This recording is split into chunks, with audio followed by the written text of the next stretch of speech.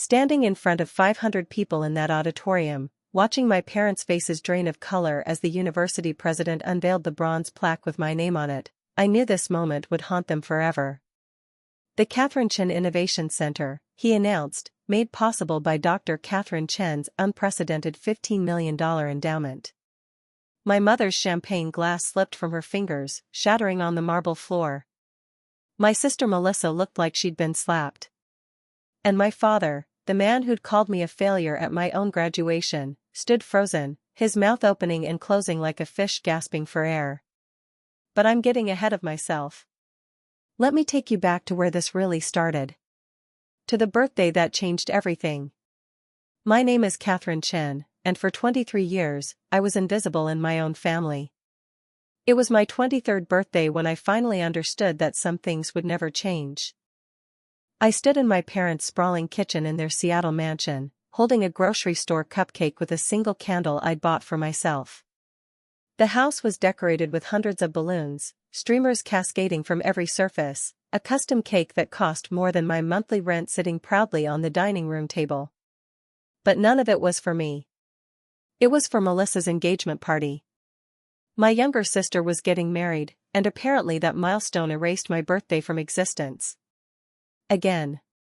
Katherine, could you move? You're blocking the caterer, my mother said, not even looking at me as she arranged champagne flutes.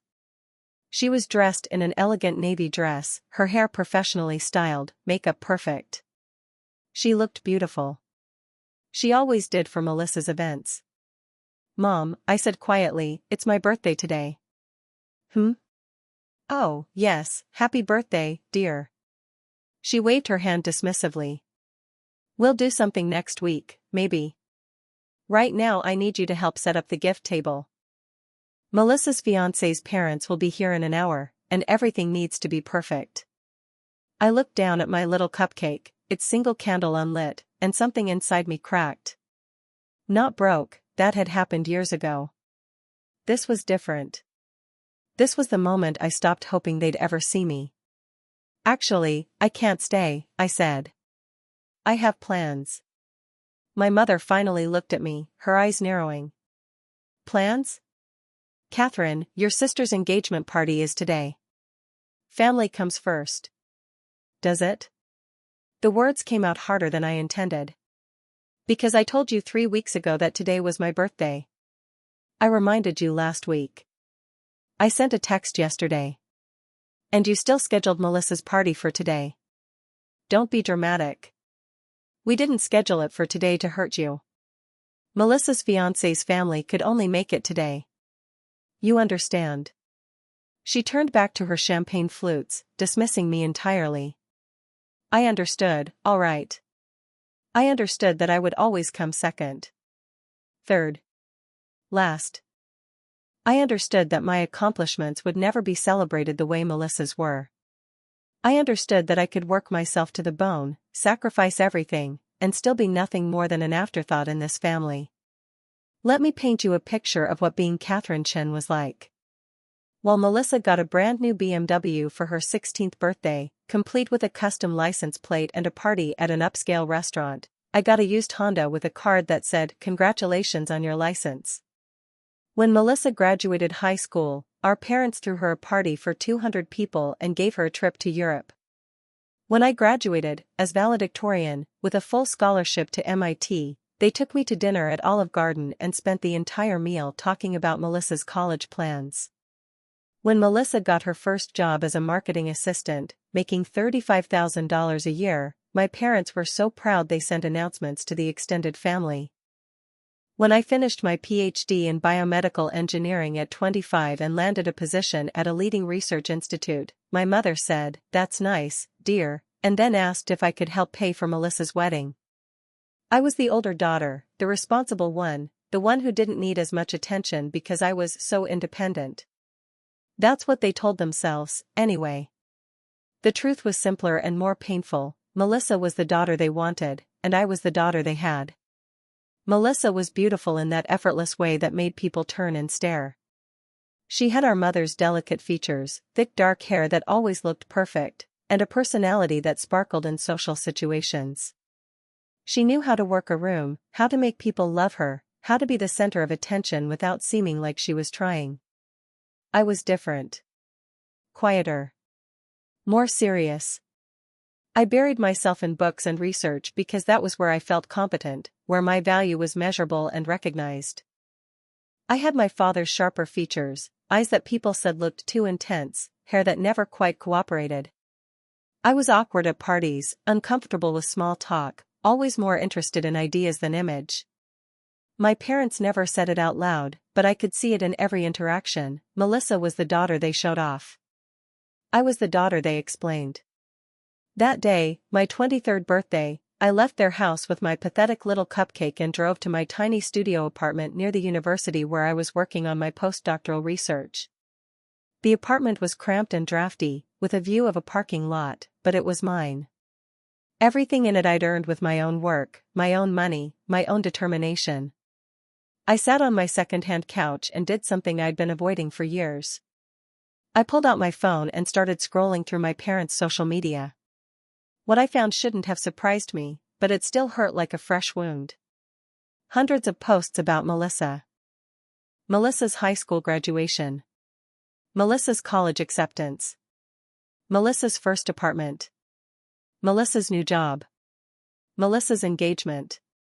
Every minor milestone documented, celebrated, shared with their entire network. I scrolled back 5 years. Then 10. I found 3 photos of myself. 3. In 10 years of Facebook posts.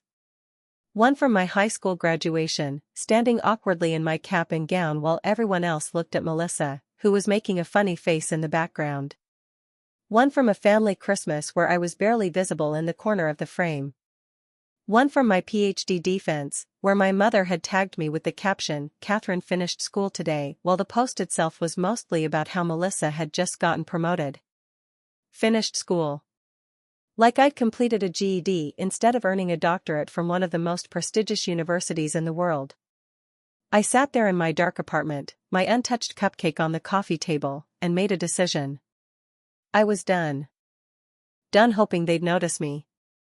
Done waiting for them to be proud. Done sacrificing my own happiness for a family that didn't value me. But this wasn't going to be a dramatic confrontation or a tearful goodbye. This was going to be something different. I was going to succeed so spectacularly, so undeniably, that they'd have to see me. And by the time they did, I'd be so far beyond their reach that their opinion wouldn't matter anymore. The research I was working on at the time focused on targeted drug delivery systems for cancer treatment. It was groundbreaking work, the kind that could save millions of lives, but it was also years away from any kind of recognition or financial reward. I was living on a modest postdoctoral stipend, working 80-hour weeks in a lab that smelled like antiseptic and determination. My advisor, Dr. Sarah Mitchell, was a brilliant woman in her 50s who'd built her career through sheer force of will in a field that still didn't fully value female scientists. She'd taken me under her wing, seen something in me that my own family never had. The Monday after my forgotten birthday, I walked into her office with a proposal that made her eyebrows shoot up. "You want to fast-track to clinical trials?" she asked, studying me over her reading glasses. "Katherine, you know that's incredibly risky. If the trials fail, you're done. No lab will touch your research. No funding agency will back you. You'd be starting over from nothing. I understand the risks. Do you? Because pushing this hard, this fast, it's career suicide if anything goes wrong." Why the sudden urgency? I met her eyes. Because I'm tired of being patient. I'm tired of doing things the safe way, the slow way, the way that everyone expects. I want to make something happen that no one can ignore. Dr. Mitchell studied me for a long moment. Then she smiled. "All right. Let's make history." What followed were the most intense 6 months of my life. We worked around the clock, refining the drug delivery mechanism, conducting test after test after test. I stopped sleeping more than 4 hours a night. I stopped seeing what few friends I had. I stopped attending family functions entirely, which nobody seemed to notice or care about. My parents called once during those 6 months. My mother left a voicemail asking if I could contribute $5,000 to Melissa's wedding because they were running over budget on the flowers. I didn't call back. Melissa texted me 3 times. Once to say she'd chosen her bridesmaids and I wasn't included because you're just not really the bridesmaid type. Once to ask if I could use my science connections to get a discount on wedding favors. Once to tell me that her engagement photos were featured in a local magazine and wasn't that exciting? I responded to none of them. I was too busy building something that would change the world. In month 7, we got approval for preliminary clinical trials. In month 9, the results started coming in. In month 11, I was standing in Dr. Mitchell's office, staring at data that made my hands shake. Our drug delivery system wasn't just working. It was exceeding every projection, every hope, every wild dream we'd had. Katherine, Dr. Mitchell said, her voice trembling with emotion, this is it. This is the breakthrough we've been chasing. Do you understand what you've done? I understood.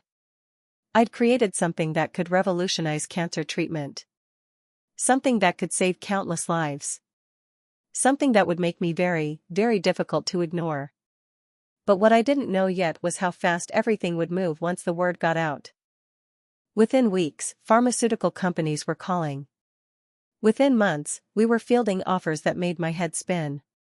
And within a year, I was sitting across from executives at one of the largest biotech firms in the world, negotiating a deal that would change my life forever.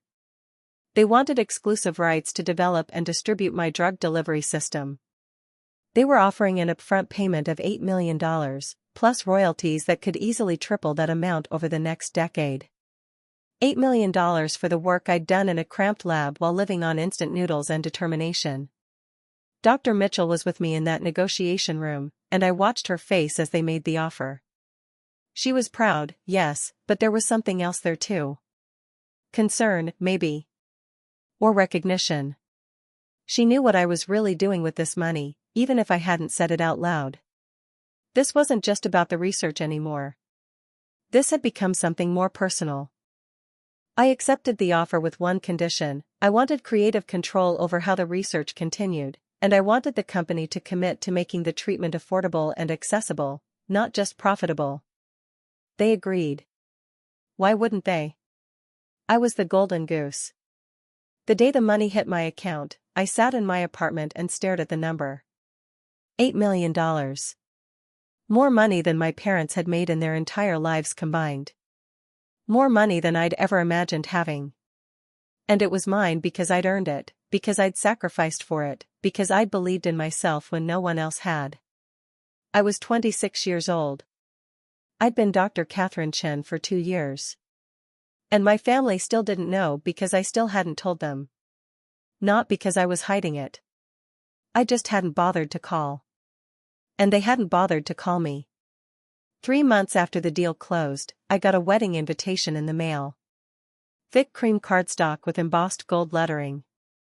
Melissa Chen and Brandon Westfield request the honor of your presence. The wedding was in 6 weeks. There was no personal note, no handwritten message. Just a formal invitation that had clearly been sent to everyone on their list. I RSVP'd that I would attend.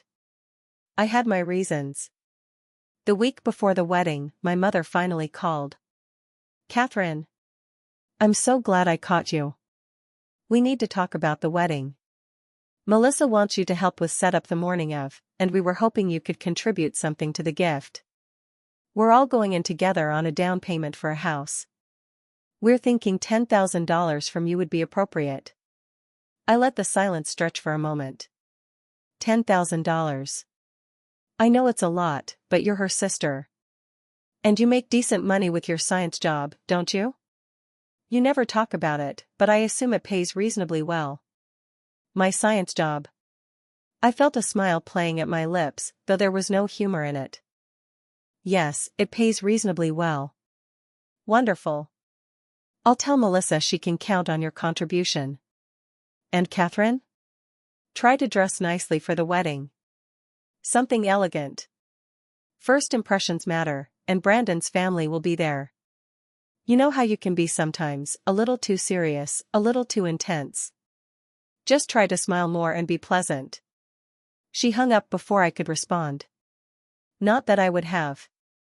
I was too busy feeling that old familiar ache, that sense of being perpetually inadequate in their eyes, combined with something new and powerful, the knowledge that in 6 weeks, everything would change. I didn't send the $10,000. I didn't help with the wedding setup. I showed up on the day of the wedding in a dress that cost more than my first car, looking polished and confident in a way that made people do double takes. I'd lost weight from the stress of the past year and a half, but I'd also gained something harder to define. Presence. Self-possession. The quiet confidence that comes from knowing your worth, even when your family doesn't. The wedding was beautiful. Melissa looked stunning in a dress that probably cost $40,000. The venue was elegant, flowers everywhere, a string quartet playing during the ceremony. My parents beamed with pride, my mother crying delicate tears that didn't smudge her makeup. I sat in the back row, alone. Nobody saved me a seat with the family. During the reception, people kept coming up to me, family members I barely knew, asking what I'd been up to. I gave vague answers. Oh, I'm still doing research. Staying busy. They nodded politely and moved on to more interesting conversations. My father found me at the bar during the cocktail hour. He looked older than I remembered, grayer, the lines around his eyes deeper. "Katherine," he said, his tone carrying that familiar note of disappointment that I'd grown up hearing. "You couldn't have contributed to your sister's gift? Your mother tells me you declined." "That's not very sisterly." "I have my reasons." "Your reasons?" He shook his head. "You know, you've always been like this. Self-centered. Unwilling to be part of the family. Your mother and I have tried to include you, but you make it very difficult." I took a sip of my drink, a very expensive scotch that I was appreciating for the first time in my life. "Do I?" "Yes. You do. Look at you now, standing here alone, making no effort to connect with anyone. This is your sister's wedding, Katherine. The least you could do is try to be happy for her." "I am happy for her," I said, and I meant it. I was happy that Melissa had found someone who loved her. I was happy she was starting her life. I just wasn't willing to bankroll it, and I wasn't willing to pretend that our family dynamics were normal or healthy. My father gave me a long look. "You know what your problem is? You never learned how to be part of something bigger than yourself. Everything is always about you, your work, your feelings. Melissa understands that family requires sacrifice. You never have." Something in his words triggered a memory I'd been suppressing for years. My college graduation from MIT. I'd graduated summa cum laude, with honors in my department, with a full scholarship to a prestigious PhD program already secured. My parents had come to the graduation, but they'd spent the entire weekend complaining about the drive, the hotel, the expense. They'd left immediately after the ceremony without staying for the reception where I was receiving an award. A week later, I'd called home excited to tell them I'd been selected for a highly competitive research position. My father had interrupted me halfway through to tell me he needed to go because Melissa needed help moving into her new apartment. "Can we talk later?" he'd asked. We never talked later. That was when I'd first understood that in my family's eyes, my achievements would always be footnotes to Melissa's life story. Standing at my sister's wedding, with my father telling me I didn't understand sacrifice, I felt that same old hurt. But underneath it now was something new. A burning determination. A plan that had been forming for months and was finally coming into focus. "You're right," I told my father. "I don't sacrifice for this family the way Melissa does. But maybe that's because I learned early on that my sacrifices don't count." I walked away before he could respond. The rest of the wedding passed in a blur of forced smiles and polite conversations with people who barely remembered I existed. Melissa didn't speak to me once. My mother was too busy managing every detail of the event. My father avoided me after our conversation at the bar. I left early, before the dancing started, and drove back to my apartment. But this time, instead of feeling diminished and forgotten, I felt something else. Clarity. Purpose. And the unshakable knowledge that I was about to change everything. The next morning, I made a series of phone calls. The first was to my financial advisor, a sharp woman named Rebecca who'd helped me manage the sudden influx of money from the pharmaceutical deal. Rebecca, I want to make a significant donation. $15 million. There was a long pause. Katherine, that's nearly all of your liquid assets. Are you certain? I'm certain. I want to donate it to my alma mater, MIT. But I have specific conditions about how it should be used. What kind of conditions? I want it to fund a new research center focused on biomedical innovation. I want the center named after me. And I want it announced at the university's annual gala next month, with my family invited as my guests. Another pause. This is about more than philanthropy, isn't it? It's about making a statement that can't be ignored. Rebecca didn't ask any more questions. She understood. Over the next 3 weeks, we worked with the university to structure the donation, design the announcement, and plan the event. MIT was thrilled. A $15 million donation from a young alumna was unprecedented, especially one that came with such a clear vision for impact. The invitation to my family went out 2 weeks before the event. Formal. Prestigious. Impossible to ignore.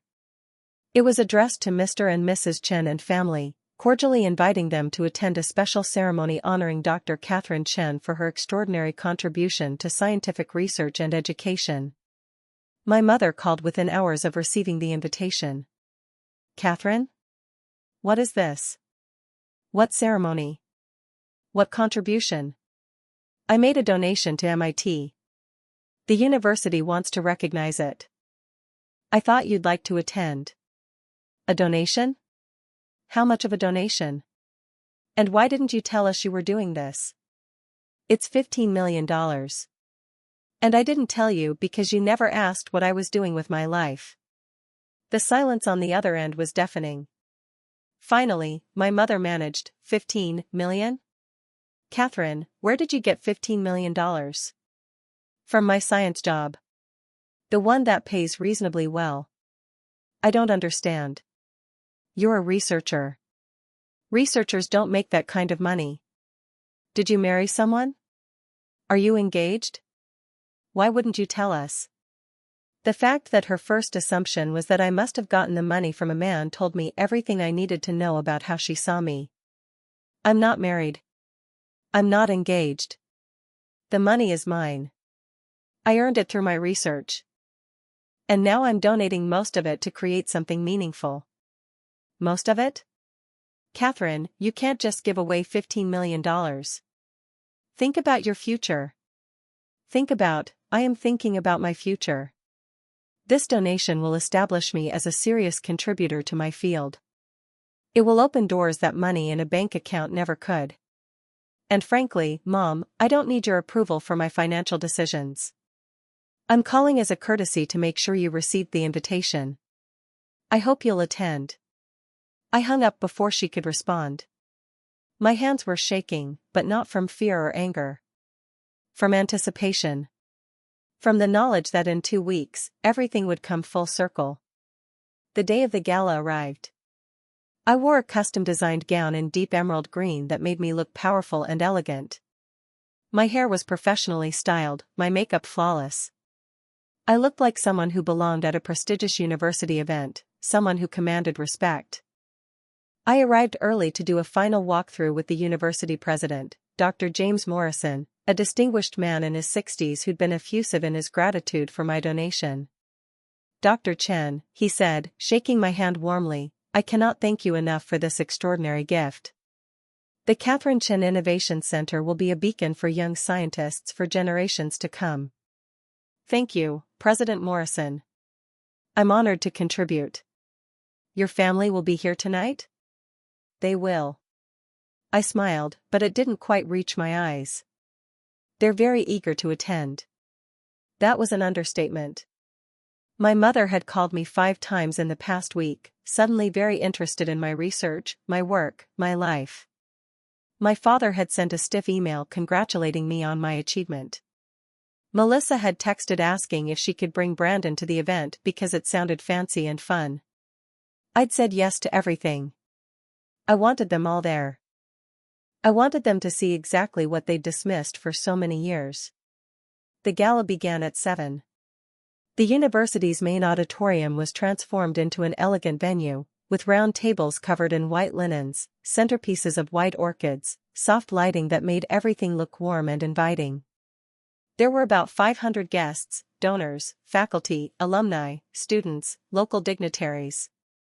My family arrived at 7:15, fashionably late, dressed in formal wear that probably cost a fortune but somehow still managed to look just slightly wrong for the venue.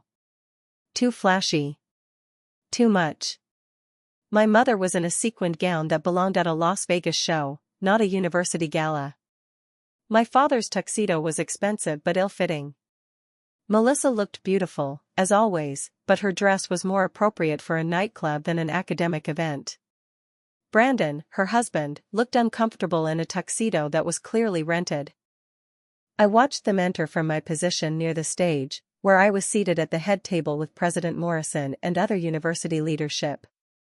I saw my mother's eyes scanning the crowd, looking for me, probably expecting to find me at some table in the back. Instead, one of the university staff members escorted them to a table in the very front, directly in front of the stage. The table card read, "Reserved for the Chen family, guests of Dr. Katherine Chen." I watched my mother's face as she read that card. Watched the confusion, then the slow dawning realization. Watched her look up at the stage and finally see me sitting there among the university elite, looking polished and professional and completely in my element. Our eyes met across the room. I smiled and gave a small wave. She looked like she'd been struck by lightning. The program began with dinner and networking. I stayed at the head table, fielding questions from fascinating people who actually valued my work. I didn't go over to my family's table. Let them sit there, I thought. Let them wonder. Let them begin to understand. After dinner, President Morrison took the stage to give his welcome remarks. He talked about the university's commitment to innovation, the importance of supporting cutting-edge research, the role of philanthropy in advancing human knowledge. Then he said the words I'd been waiting to hear. Tonight, we are here to honor one of our most distinguished young alumni. Dr. Katherine Chen graduated from MIT at the age of 21 with the highest honors. She completed her PhD in biomedical engineering at 25. And at 26, she made a breakthrough in targeted drug delivery systems that has the potential to revolutionize cancer treatment. I watched my parents' faces from the stage. My father had gone very still. My mother's mouth was hanging open. Melissa looked confused, like she couldn't reconcile the sister she knew with the person being described. President Morrison continued, "Dr. Chen's research has already been licensed to a major pharmaceutical company, where it is in advanced clinical trials. But her commitment to advancing science doesn't stop with her own work. Dr. Chen has made an extraordinary decision to donate $15 million to establish the Katherine Chen Innovation Center, a state-of-the-art research facility that will support the next generation of biomedical researchers." The audience applauded. It was loud, enthusiastic, the kind of applause reserved for truly significant achievements. At my family's table, no one was clapping. They were all frozen, staring at the stage in disbelief. Ladies and gentlemen, please join me in welcoming Dr. Katherine Chen to the stage. I stood and walked to the podium, my heels clicking on the polished floor, my head high, my heart pounding with a mixture of triumph and grief. Because even now, even in this moment of absolute victory, part of me wished that my family had been there for all the moments leading up to this. Part of me wished they'd supported me, believed in me, celebrated me along the way. But they hadn't. And that was why this moment mattered so much. I stood at the podium and looked out at 500 people. But I was really only speaking to 4 of them. Thank you, President Morrison. Thank you all for being here tonight. When I was a student at MIT, I often felt like I didn't belong. I was the girl who was too serious, too focused, too intense. I didn't fit the mold of what people expected. But this university gave me something my own family never did, the belief that my mind, my work, my contributions mattered. I paused, letting that sink in. At my family's table, my mother had tears streaming down her face. But I wasn't done. I grew up in a household where success was measured in very specific ways. Social grace. Physical beauty. The ability to charm people and win them over. I didn't excel at any of those things. What I excelled at was asking questions, solving problems, pushing boundaries in pursuit of answers that could help people. But for a long time, I thought that wasn't enough. I thought that because my achievements weren't celebrated the way my sisters were, they must not be as valuable. Melissa's face had gone pale. She was staring at me with an expression I couldn't quite read.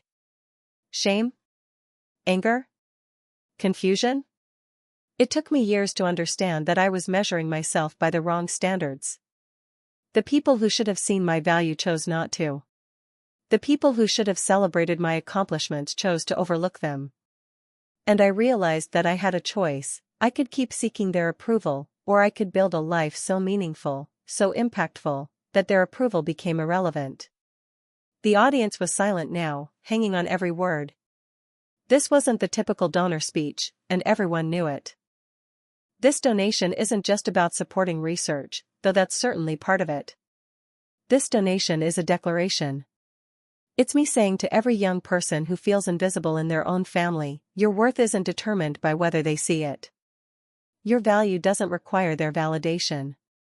Build something so undeniable that when they finally look, they'll see only what they lost by not looking sooner. I looked directly at my parents. I am Dr. Katherine Chen. My work will save lives. My research will advance human knowledge.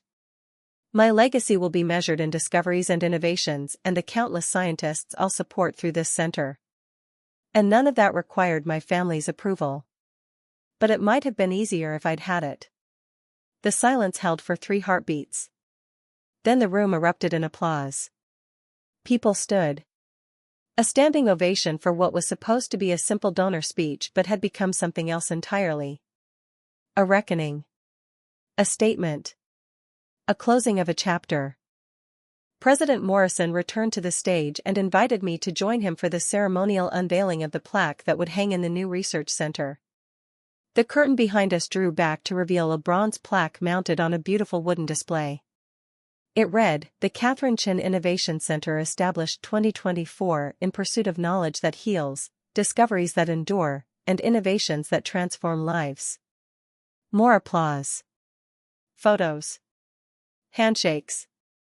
People congratulating me, telling me how inspired they were, how moving my speech had been. Through it all, I was aware of my family sitting at their table, not moving, not speaking, just staring. The program continued with more remarks from faculty members who would benefit from the new center. But I wasn't really listening anymore. I was watching my mother cry. Watching my father's hands shake as he gripped his napkin. Watching Melissa lean over to whisper something to Brandon, who shook his head in apparent disbelief. After the program concluded, there was a reception in an adjacent hall. I was immediately surrounded by people wanting to speak with me, congratulate me, ask about my research. I was gracious and engaged, but part of my attention was always on the doorway, waiting. They came. Of course they came. My mother approached first, her eyes red from crying, her makeup smudged. "Katherine," she said, her voice breaking. "I had no idea. Why didn't you tell us?" "I tried to tell you. Many times. You weren't listening. But $15 million. A research center with your name on it. You're famous. You're important." "I was always important, Mom. My work was always valuable. You just didn't think so." My father joined her, looking older and more tired than I'd ever seen him. "Katherine, I owe you an apology. We owe you an apology. We didn't understand what you were doing." You didn't realize because you never asked. For 10 years, you didn't ask about my work, my goals, my life. You were too busy celebrating Melissa. Melissa had been hanging back, but now she stepped forward. Katherine, I'm sorry. I didn't know you felt this way. I didn't know they were treating you differently. I looked at my little sister, and for the first time, I didn't feel the old familiar resentment. I just felt sad. Sad for both of us, in different ways. Melissa, you knew. Maybe you didn't want to see it, but you knew. Every birthday party you had while mine were forgotten. Every achievement of yours that got celebrated while mine got dismissed. You knew. I thought you didn't care about that stuff. You were always so focused on your work, so independent. I thought you preferred it that way. No one prefers being invisible in their own family. The truth hung between us, sharp and undeniable. My mother reached for my hand. Please, Katherine. Tell us how to fix this. We'll do anything. There's nothing to fix, Mom. This isn't a problem with a solution. This is just reality. You valued Melissa more than me for my entire life. You measured our worth differently. And I've made peace with that. You can't mean that. We're family. Family can work through anything. I pulled my hand back gently. Family works through things when everyone is willing to do the work. But I'm tired, Mom. I'm tired of being the one who has to prove I'm worth your attention. I'm tired of achieving things that should make you proud and having them dismissed. I'm tired of coming in second to Melissa every single time. That's not fair, Melissa protested. I can't help that Mom and Dad paid more attention to me. I didn't ask for that. No, you didn't. But you also didn't question it. You didn't speak up when they forgot my birthdays. You didn't say anything when they overlooked my accomplishments. You just accepted that you were the golden child and I was whatever I was. Brandon, who'd been standing awkwardly to the side, spoke up. Maybe you guys should take this somewhere more private? He was right. People were starting to stare, and this wasn't the time or place for a family confrontation. But I also didn't want to take this somewhere private. I didn't want to give them the opportunity to explain away years of neglect in a quiet room where no one could see. I think we've said everything that needs to be said, I told them. Thank you for coming tonight. I hope you enjoyed the event. Katherine, please. My mother was crying again. Don't do this. Don't shut us out. We made mistakes, but we can fix them. We can be better. Can you? Can you really? Because in all the years I've been waiting for you to be better, to see me, to value me, you never did. Not until tonight, when you realized I was someone important enough to matter. My worth hasn't changed. I've always been this person. The only thing that changed is that now you can't pretend I don't exist. My father tried a different approach. You're angry, and you have every right to be. But you're also being vindictive. This whole event, this speech, it was designed to humiliate us. No, Dad. It was designed to honor myself in a way you never did. If you feel humiliated, that's because you finally understand what you missed. But that's not my responsibility. I'm not responsible for managing your guilt. I turned to leave, but Melissa's voice stopped me. So that's it? You're just done with us? After everything? I turned back. After everything? Melissa, what exactly is the everything you're referring to? The forgotten birthdays? The overlooked achievements? The constant comparison where I always came up short? The fact that you got a $40,000 wedding dress while I got a text asking me to contribute $10,000 to your house down payment? Her face flushed. You're really going to hold that against me? That Mom and Dad were generous? I'm not holding their generosity against you. I'm holding their lack of generosity toward me against them. There's a difference. President Morrison appeared at my elbow, sensing the tension. Dr. Chen, There are some major donors who'd like to speak with you about potential collaboration opportunities. I gave him a grateful smile. Of course. I turned back to my family. Enjoy the rest of your evening. Thank you again for coming. I walked away, and this time they didn't follow.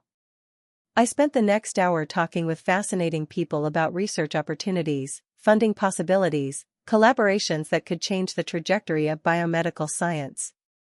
I was in my element, surrounded by people who valued my mind and my contributions. Every so often, I'd glance over and see my family still standing in the same spot, talking among themselves, looking lost. Eventually they left, and I felt a weight lift from my shoulders. The event wound down around midnight. As I was gathering my things to leave, Dr. Mitchell found me. That was quite a speech, she said, her eyes knowing. Too much? No. It was exactly what it needed to be. Honest. Powerful. True. She paused. But Katherine, I hope you know that revenge, even righteous revenge, doesn't heal the wound. I'm not looking for revenge. I'm looking for closure. Are you? Because from where I was standing, that looked like you were trying to make them hurt the way you've hurt. And there's nothing wrong with that, they deserve to understand what they did to you. But don't mistake their pain for your healing. Her words settled over me like a blanket. She was right, of course. The triumphant feeling I'd been riding all evening was already starting to fade, leaving behind something more complicated. Relief, yes. Vindication, definitely. But also a deep, aching sadness for the family relationships that could have been but never were. What do I do now? I asked quietly. Now? You continue being brilliant. You build that research center. You change the world with your work. And you figure out what kind of relationship, if any, you want with your family going forward. But you do it on your terms, not theirs. Over the following weeks, my life became a whirlwind. The event had been covered by several news outlets, and my story, "Successful Young Scientist Donates Millions to Alma Mater," became a feel-good headline. But some journalists dug deeper, found the subtext in my speech, and wrote pieces about family dynamics, achievement, and the price of being overlooked. One article in particular went viral. It was titled Dr. Katherine Chen's $15 million statement, and it analyzed how my donation was as much about making a point as making a contribution. The comments section exploded with people sharing their own stories of being overlooked by family, of having their achievements dismissed, of finally finding success and wondering whether to share it with the people who never believed in them. My social media, which I'd barely used before, suddenly had thousands of new followers. Women, mostly, sending messages that started with "Thank you for saying what so many of us feel," and "Your story gave me courage to set my own boundaries." I read every single message. Each one reminded me that my experience wasn't unique, wasn't personal in the way I'd always thought it was. Family dynamics that favor one child over another are painfully common. And children who grow up feeling invisible often spend their whole lives trying to prove they matter. My family reached out multiple times during those weeks. My mother called almost daily, leaving voicemails that ranged from tearful apologies to defensive justifications to angry accusations. My father sent long emails trying to explain their perspective, insisting they'd always loved me equally even if they hadn't shown it the same way. Melissa texted sporadically, uncomfortable messages that felt like she was following a script someone else had written for her. I didn't respond to any of them. Not because I was punishing them, but because I genuinely didn't know what to say. Dr. Mitchell was right, making them hurt didn't heal me. But I also wasn't ready to forgive and move on as if nothing had happened. 3 months after the gala, I was in my office at the Research Institute when my assistant buzzed me. "Dr. Chen, there's a woman here to see you. She says she's your mother, but she doesn't have an appointment." I closed my eyes, took a breath. "Send her in." My mother entered my office looking smaller than I remembered. She was dressed simply, no makeup, her hair in a plain ponytail. She looked like she'd been crying recently, and probably often. "Katherine," she said. Thank you for seeing me. You drove 3 hours from Seattle. It seemed rude not to at least hear you out. She sat in the chair across from my desk, and for a moment we just looked at each other. Then she said, I've been going to therapy. That surprised me. Have you? After the gala, after everything that happened, I couldn't sleep. I kept replaying your speech in my head, thinking about all the times I dismissed you, overlooked you, made you feel invisible. And I realized I didn't even fully understand why I did it. So I found a therapist. What did you learn? That I projected my own insecurities onto you. That I favored Melissa because she represented everything I wished I'd been: beautiful, social, charming. And I overlooked you because your intelligence, your independence, your drive, it all intimidated me. I didn't know how to relate to you. So instead of trying, I just didn't. I sat back in my chair, processing this. It was more self-awareness than I'd ever expected from her. But it also didn't erase 26 years of damage. I'm glad you're working on understanding yourself, I said carefully.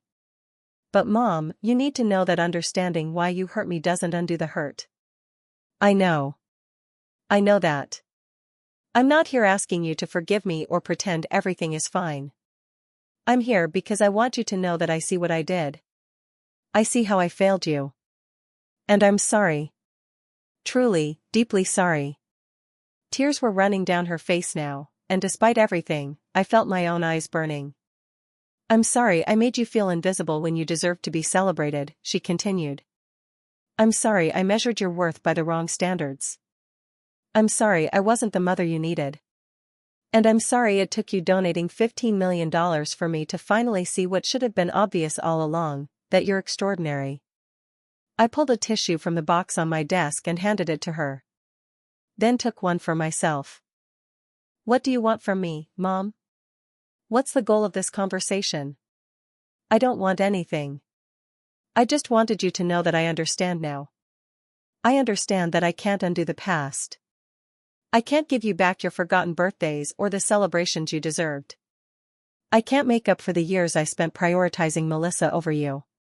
But I want you to know that I see it. I see what I did. And if you never want to speak to me again, I'll understand.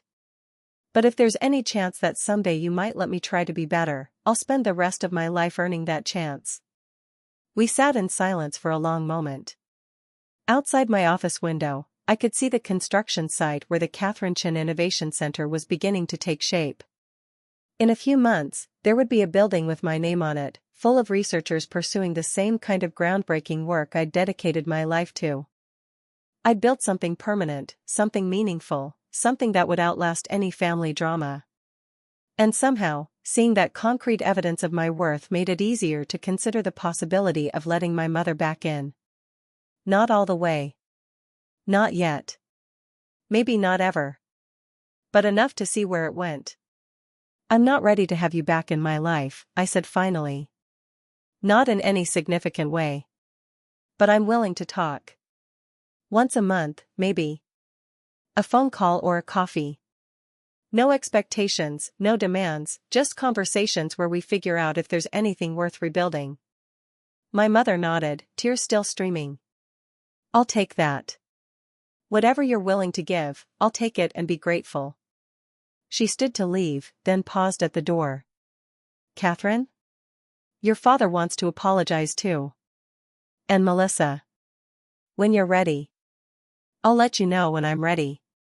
After she left, I sat at my desk for a long time, watching the construction workers outside lay the foundation for something new. That's what healing was like, I realized. You couldn't build on a broken foundation. You had to lay new ground, piece by piece, and see if the structure that emerged was strong enough to last. Over the next year, I had monthly coffee dates with my mother. They were awkward at first, stilted conversations where we both tried too hard. But gradually, they became easier. She started asking real questions about my work, my life, my goals. She stopped comparing me to Melissa. She started seeing me as my own person. My father took longer. His apology, when it finally came, was defensive and qualified. I'm sorry you felt overlooked rather than I'm sorry I overlooked you. We had a few difficult conversations where I had to explain the difference, and eventually, he started to get it. We reached a tentative truce that might someday become a real relationship. Melissa was the hardest. She struggled to understand why I was still upset, why I couldn't just let go and move on. That was all in the past, she kept saying, as if pain had an expiration date. It took several frank conversations before she began to grasp that the past shapes the present, and her refusal to acknowledge her role in the family dynamic, even as a passive beneficiary, was its own kind of betrayal. We weren't close. We might never be close. But we were civil, and sometimes that's enough. The Katherine Chen Innovation Center opened 18 months after the gala. It was a state-of-the-art facility with labs, offices, collaborative spaces, everything a researcher could need. At the opening ceremony, I stood in front of an even larger crowd than before and gave a different kind of speech. This time, I talked about resilience. About finding your worth within yourself when the world refuses to see it. About building something meaningful from the pain of being overlooked. About how the greatest revenge isn't making people hurt, it's becoming so successful that their opinion becomes irrelevant. My family was there. All of them. Sitting in the audience, listening, trying to understand. And for the first time in my life, I didn't need them to understand. Their presence was nice, but it wasn't necessary. I'd learned to stand on my own. After the ceremony, a young woman approached me. She was maybe 22, nervous, clutching a folder to her chest. Dr. Chen? I'm sorry to bother you, but I just wanted to say thank you. I read about your story, about how your family overlooked you and you built this amazing career anyway. And it gave me courage. I'm graduating next month with my degree in biochemistry, and my parents keep telling me to give it up and do something more practical. But your story made me realize I don't need their approval to pursue my dreams. I took her hands in mine. What's your name? Sarah. Sarah, you're absolutely right. You don't need their approval. But more than that, you don't need to wait until you're famous or successful for your work to matter. It matters now. Your curiosity matters. Your passion matters. Your contributions will matter. Don't wait for external validation to believe in yourself. She was crying now, and so was I. Because I saw myself in her, that younger version who'd spent so many years seeking approval from people who weren't capable of giving it. Will you stay in touch? I asked. Send me your thesis. Let me know where you end up. I'm always looking for talented researchers for the center. Her face lit up. Really? You mean it? I mean it.